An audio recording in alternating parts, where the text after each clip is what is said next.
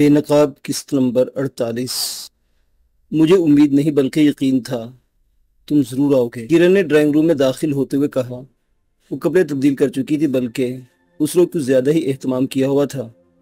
इस यकीन की वजह मैंने कुरेदने वाले अंदाज में सवाल किया, तुम्हारा वादा?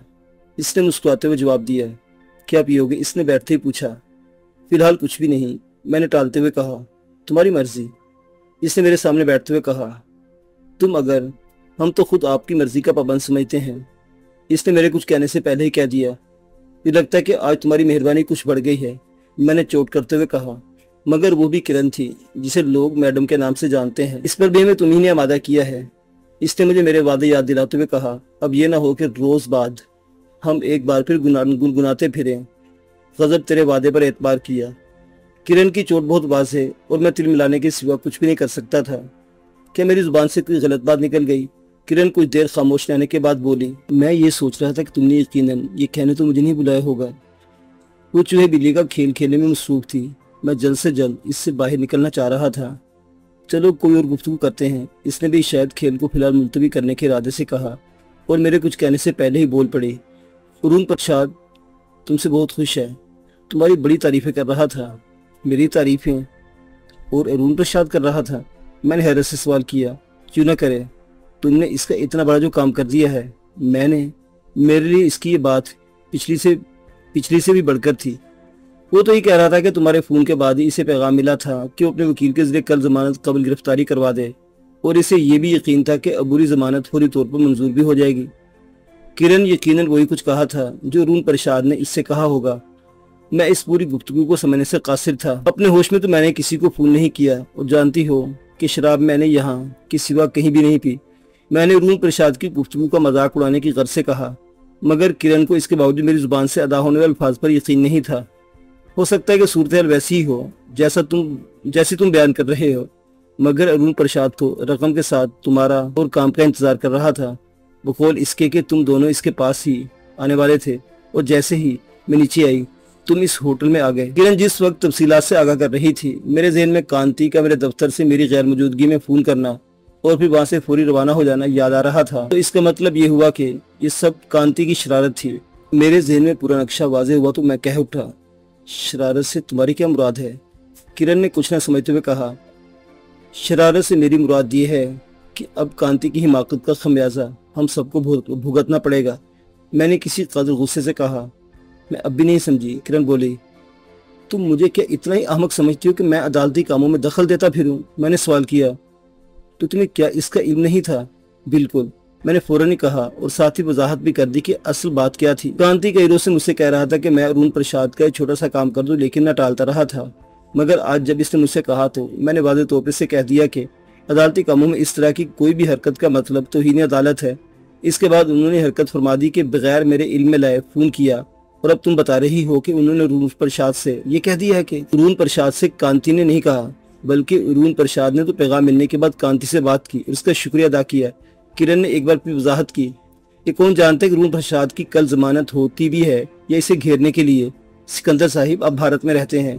किरण ने मेरी गुफ्तगू के दरमियान से उचकते हुए कहा, तो इससे क्या फ़र्क पड़ता है?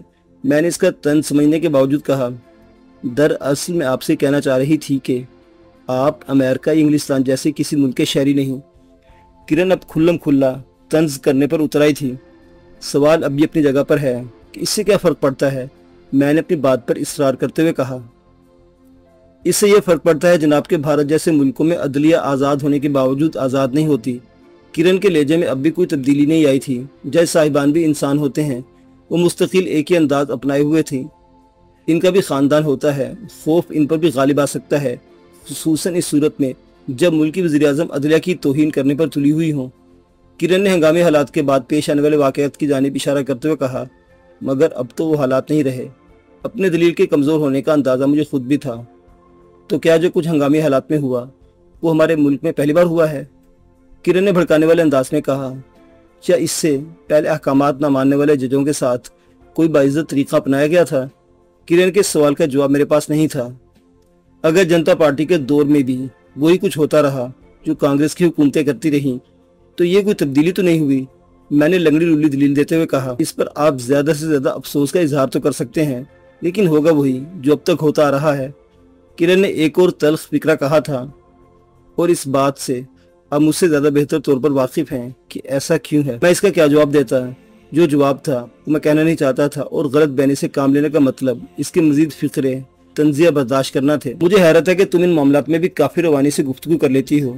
मैंने इस पर जवाबी तंज करने की कोशिश की, मगर वो पूरे फार्म में थी। मेरी इस बात ने इसके फिक्रों की काट को और बढ़ा दिया। मतलब यह कि मुझ जैसी औरत को ये बातें नहीं करनी चाहिए कि चेहरों की तब्दीली से निज़ाम नहीं तब्दील होते।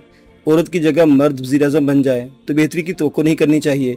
और अगर मैं ये कहूँ कि ऐसा इसलिए भी नहीं हो सकता कि असल खामी किसी शख्स में नहीं बल्कि तरीक़ाकार में है, तो आप कह देंगे आपका ये काम नहीं, इसलिए आप इस पर गुफ्तगू ना करें। मैं तो ये कह रहा था कि सियासतकारों के साथ रहते रहते आप भी उन जैसी बातें करने लगी हैं। मैं अपने फिक्रे को नरम करके पेश किया ताकि इसके तैश में थोड़ी बहुत नरमी आ सके। मैंने तुमसे कहा था सिकंदर के हर तवाइफ के साथ एक कहानी जरूर होती है। इसके लहजे में एक दर्द था। और तुम्हारे साथ क्या कहानी है? मैंने कुरेदा। मैं तुमसे ये भी कह चुकी कि बज़ाहिर मेरी बातों को यकीन करने के बावजूद तुम मेरी किसी भी बात का यकीन नहीं करोगे। इसने अपनी ही कही हुई एक बात को दोहराते हुए कहा, आज से पहले के जो हालात थे इन पर शायद न करता, मगर अब तो वो हालात नहीं है। मैंने इसका एतमाद बहाल करने की कोशिश करते हुए कहा, कतई नज़र इस बात की कि तुम मेरी बात का यकीन करते हुए नहीं, मैं तुम्हें अपनी कहानी जरूर सुनाऊंगी। इसने कुछ देर खामोश रहने के बाद कहा, मगर ये लहजा ना तो उस मैडम का था जिससे मैं देवजी विजय की मौजूदगी में मिला था, और ना ही उस किरण का था जो कुछ देर पहले तंज के तीर चलाने में मसरूफ थी। कुछ कहने सुनने से पहले हलक न तर कर लिए जाए। वो अपने माजी को दोहराने से पहले मदहोशी चाहती थी, इसलिए मैं इनकार न कर सका। जो मिजाज यार में आए मैंने खुशदिली से कहा, किरण इंतजामात में मसरूफ हो गई। वो न जाने किस मूड में थी कि इसने किसी मुलाजमा को बुलाने की भी जहमत नहीं की, बल्कि तमाम काम अपने हाथों ही से इंजाम दिए। मेरे इस माजी के नाम जिससे मैं दामन छुड़ाना चाहती हूँ, मगर वो घूम कर फिर सामने आ जाता है। किरण ने जाम टकराते हुए कहा। दो बड़े बड़े घूंट हलक से उतारने के बावजूद वो कुछ ना बोली तो मजबूरन मुझे ही इसे दोबारा छेड़ना पड़ा। तुम कुछ कह रही थी, मैंने इसे उकसाते हुए कहा। सोच रही हूँ कहाँ से इब्तदा करूँ। इसने मेरी आंखों में आंखें डालते हुए कहा, कहीं से भी कर दो, बाकी सिलसिला खुद ही जुड़ता चला जाएगा। मैं सिर्फ ये चाहता था कि वो बोलना शुरू कर दे। अपने ज़माना तालिब इल्मी में मेरा शुमार अपने शहर के चंद बेहतरीन मुकर्ररीन में होता था, बल्कि अगर मैं कहूँ कि इस इलाके में लड़कियों में मुझसे बेहतर कोई मुकर्ररा नहीं थी तो ज़्यादा गलत भी नहीं होगा। किरण ने अपनी कहानी की इब्तिदा करते हुए कहा, मेरे बाबूजी सरकारी मुलाजिम थे और एक ऐसे महकमे में सुपरिटेंडेंट थे जहाँ तनख्वाह से ज़्यादा ऊपर की आमदनी होती थी। नतीजा ये कि हमारी गुजर बसर बहुत अच्छी तरह हो रही थी। किरण ने अपने गिलास से एक बड़ा घूंट लेने के बाद दोबारा से सिलसिला कलाम जोड़ते हुए कहा, हम दो बहनें और दो भाई थे। एक भाई मुझसे छोटा था, जबकि बहन और एक भाई मुझसे बड़े थे। सबसे बड़े भाई और फिर हम दो बहनें थीं। किरण कोशिश के बावजूद अपनी गुफ्तगू में तसलसल पैदा नहीं कर पा रही थी। मेरी शोहरत से सबसे ज़्यादा खुशी वालिद साहिब को होती थी और वो हमेशा मेरी तारीफ करते रहते थे। इसने कुछ देर खामोश रहने के बाद दोबारा कहना शुरू किया, कॉलेजों के तकरीरी मुकाबलों में अक्सर मंत्री हज़रात में तशरीफ लाते थे। ऐसे ही एक मुकाबले में वो वजीर भी आए जिस महकमे में मेरे वालिद मुलाजिम थे। इस मुकाबले में मेरी अव्वल पोजीशन आई थी और हमारे कॉलेज ने ट्रॉफी जीती थी। मिनिस्टर साहिब ने मेरे वालिद के बारे में मालूम किया तो मैंने बता दिया कि वो आप ही के महकमे में काम करते हैं। इस पर उन्होंने मजीद खुशी का मुजाहरा किया। फिर चंद रोज़ बाद ही एक दिन वालिद साहिब खुश घर आए कि मिनिस्टर साहिब ने बतौर ख़ास इनसे मेरी तारीफ़ की थी और इनसे ये भी मालूम किया था कि अगर इन्हें कोई प्रॉब्लम हो तो वो बताएं। वालिद साहब ने मौका गनीमत जानकर एक ऐसी जगह ट्रांसफ़र की दरख्वास्त कर दी जहां खून बरसता था और मिनिस्टर साहिब ने फौरी अहकामात भी जारी कर दिए। किरण इब्तदाई मुश्किलों पर काबू पा चुकी थी और अब रवानी से गुफ्तगू कर रही थी। मेरी वजह से घर में इजाफी दौलत की आमद शुरू हुई तो मेरी अहमियत में इजाफा हो गया। इस दौरान मेरे एक और तकरीरी मुकाबले में जहाँ वो बतौर मेहमान ख़ुसूसी तशरीफ़ लाए थे मुलाकात हुई तो उन्होंने मुझे अपने घर मदऊ किया। मैंने वालिद से जिक्र किया तो वो और ज़्यादा खुश हुए और आखिर में एक रोज़ इन्हीं के साथ मिनिस्टर साहिब के घर गई। किरण अपने गिलास से एक और घूंट लेने के बाद रुकी तो मैंने सोचा कि ये दास्तान तो कुछ ज़्यादा ही तवालत इख्तियार कर रही है। मंत्री जी न सिर्फ कमाल मेहरबानी से मिले बल्कि उन्होंने वालिद साहब से कहा कि वो मुझे सियासत में हिस्सा लेने की इजाज़त दें ताकि मैं इनका नाम मज़ीद रोशन कर सकूं।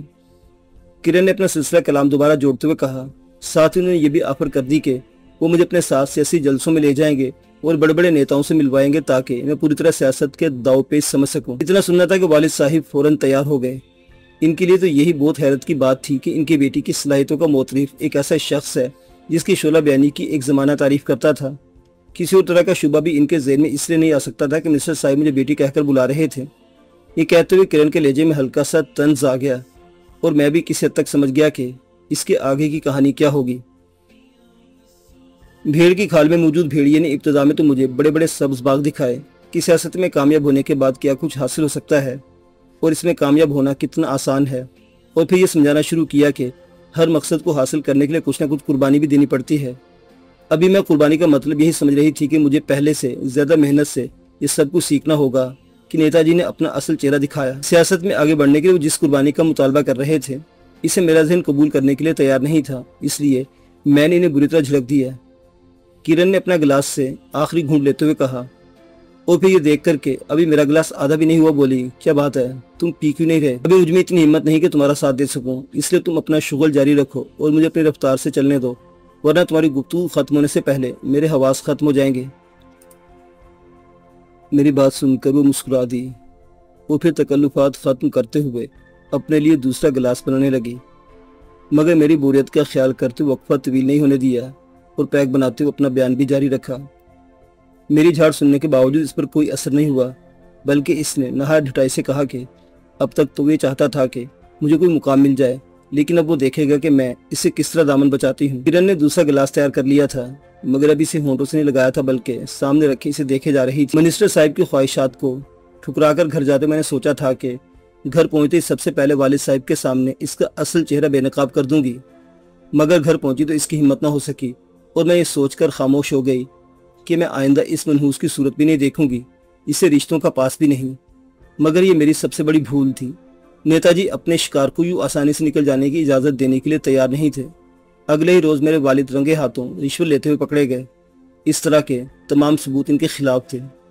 کرن نے ماضی کی تلخی کو شراب کی تلخی سے کم کرنے کے لیے ایک بڑا گھونٹ لیا تھا۔ جس جگہ میرے والد صاحب رشوت لینے کے الزام میں گرفتار ہوئے وہاں کا ہر شخص راشی تھا، بلکہ اوپر تک حصہ پہنچاتا تھا، اس لیے میرے والد کے ساتھ ساتھ ہر شخص پریشان تھا کہ یہ سب کیوں ہوا اور کس کے ایما پر ہوا۔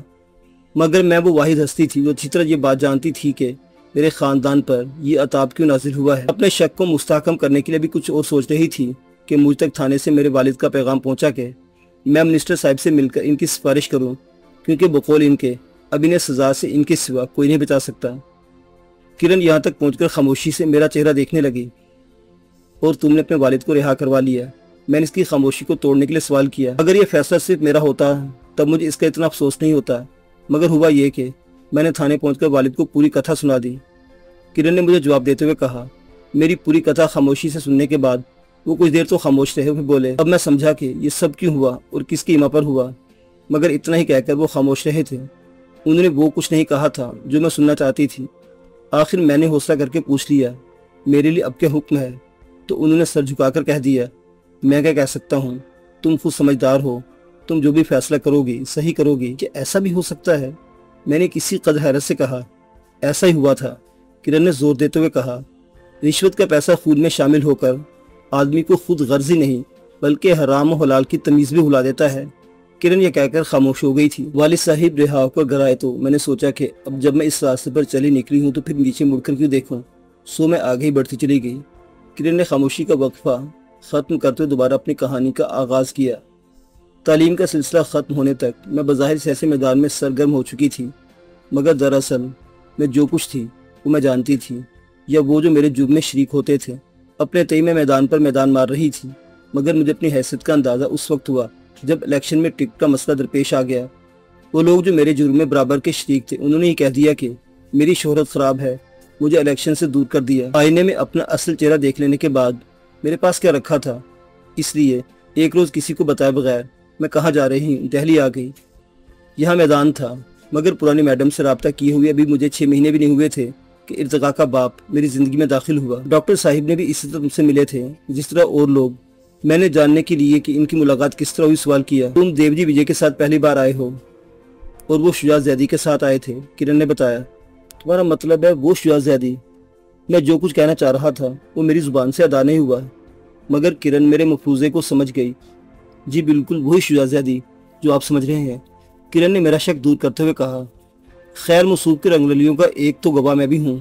میں نے اپنی انتخابی مہم کے دوران بنسی لال کے گھر پر ان کی حرکتوں کو یاد کرتے ہوئے کہا، یہاں پر بھی تم غلط سمجھ رہے ہو۔ یہ کہہ تو اس کے چہرے پر مسکراہٹ آ گئی۔ میں سمجھا نہیں، میں نے اس کی مسکراہٹ پر غور کرتے ہوئے کہا، شجاعت کی دن دگنی ترقی میں ہمارا برابر کا ہاتھ ہے، سمجھے؟ اس نے کہا، اور اس کے ساتھ مجھے انتخابی مہم کے دوران اجیت اور دیگر لوگوں کا ان پر مسلسل طنز کرتے رہنا اور ساتھ ہی حسین رضا صاحب کی اپنے بھائی سے بے رخی یاد آ گئی۔ خیر چھوڑو، یہ ایک الگ موضوع ہے۔ تو میں یہ کہہ رہی تھی کہ ڈاکٹر صاحب نے پہلی ہی ملاقات سے مجھ پر خصوصی توجہ فرمانی شروع کر دی۔ میں تو پہلے ہی اس زندگی سے تنگ آ چکی تھی، اس لیے جیسے انہوں نے مجھ سے شادی کی خواہش ظاہر کی میں تیار ہو گئی۔ کرن نے اپنے دوسرے پیک سے آخری گھونٹ لیتے ہوئے کہا، یہ بات تو بعد میں مجھ پر ظاہر ہوئی کہ موصوف مجھ پر مہربان اس لیے نہیں ہوئے کہ وہ مجھ سے محبت کرتے ہیں یا انہیں مجھ سے ہمدردی ہے، بلکہ وہ میرے تعلقات کو اپنے مقاصد کے لیے استعمال کرنا چاہتے ہیں۔ تمہاری یہ بات حلق سے نہیں اتر رہی، میں نے اسے اختلاف کرتے ہوئے کہا۔ ابتدا میں میرے حلق سے بھی نہیں اتری تھی، مگر جب ڈاکٹر صاحب نے کھل کر اپنا مقصد واضح کیا تو میں سمجھی کہ میرا شریفانہ زندگی گزارنے کا خواب محض خواب ہی رہے گا۔ کرن نے تلخ لہجے میں کہا، ڈاکٹر صاحب چاہتے کیا تھے؟ میں نے کھل کر گفتگو کرنی چاہی۔ ان کا تعلق ایک ایسے علاقے سے تھا جہاں سے وہ لوک سبھا یا صوبائی اسمبلی کا الیکشن جیت نہیں سکتے تھے، یا کم از کم ان کا خیال یہی تھا کہ اس علاقے سے مسلمان کا الیکشن جیتنا ناممکن ہے۔ تب پھر اس کے علاوہ کیا صورت ہو سکتی تھی؟ میں نے دوبارہ اپنا سوال دہراتے ہوئے کہا۔ ان کا خیال تھا کہ وہ اس قابل ہیں کہ انہیں لوک سبھا میں منتخب کیا جائے۔ اوپر والوں کو اپنے وفاداری کا یقین دلانے کے لیے وہ بڑھ چڑھ کر کانگریس کی سرگرمیوں میں حصہ لیتے تھے، لیکن اس کے باوجود ان کا نام اس سطح پر کبھی سامنے نہیں آیا تھا۔ نتیجہ یہ نکلا کہ انہوں نے یہ راستہ منتخب کیا۔ مگر تم تو کہہ رہے تھے کہ تمہیں دہلی آئے صرف 6 ماہ ہوئے تھے، مگر مجھ سے پہلے بھی تو لوگ یہی کچھ کر رہے تھے جو میں اب کر رہی ہوں، اور میں دہلی ان خاتون کو یقین دلانے پر ہی آئی تھی جو مجھ سے پہلے یہاں موجود تھیں، یعنی وہ خاتون جن کی جگہ کچھ عرصہ پہلے یا کچھ عرصہ بعد میں نے لے لی۔ تو یوں کہہ کہ ڈاکٹر صاحب ان خاتون کے تعلقات استعمال کرنا چاہتے تھے، میں نے کہا۔ ہاں یہ بھی کہا جا سکتا ہے، مگر ڈاکٹر صاحب یہ چالاکی کرنا چاہتے تھے کہ مجھے انہوں نے اپنی بیوی بنایا تھا، لیکن ساتھ ہی یہ حکم بھی دیا تھا کہ اس بات کا اعلان نہیں کروں گی میں ان کی منکوحہ ہوں۔ خیر یہ کوئی ایسی بات نہیں تھی، میرے لیے یہی بہت تھا کہ مجھے سر چھپانے کے لیے ایک چھت مل گئی تھی۔ مگر جب انہوں نے بچے کے ہونے پر ناراضگی کا اظہار کیا، وہ بچے نہیں چاہتے ہیں، اور دوسری بار جب انہوں نے کھل کر اپنے خواہش کا اظہار کیا تو پھر میں نے بھی ان کا وہ حشر کیا جو کوئی بھی طوائف ان کے ساتھ کر سکتی تھی۔ کرن ایک بار پھر بولتے بولتے رک گئی تھی۔ آپ نے کیا حرکت فرمائی تھی؟ میں نے اس کے خاموش ہونے پر سوال کیا۔ اگر حسین رضا صاحب درمیان میں نہ آ جاتے تو اس وقت ڈاکٹر صاحب میری نوکری کر رہے ہوتے۔ یہ کہتے ہوئے کرن کے ہونٹوں پر مسکراہٹ آ گئی تھی، لیکن یہ مسکراہٹ بھی عجیب تھی کہ ہونٹوں کے مسکرانے کے باوجود آنکھیں اس کا ساتھ نہیں دے پا رہی تھیں۔ اس کا مطلب یہ ہوا کہ ارتقا درست کہہ رہی تھی۔ میں نے ارتقا کی بات یاد کرتے ہوئے کہا، وہ ابھی بچی ہے، اسے کیا معلوم کہ اس کا باپ کتنا بڑا شیطان ہے۔ کرن نے میرا فکرہ مکمل ہوتے ہی کہا۔ وہ اس سے آگے بھی کچھ کہنا چاہ رہی تھی، مگر اسی وقت فون کی گھنٹی بج گئی۔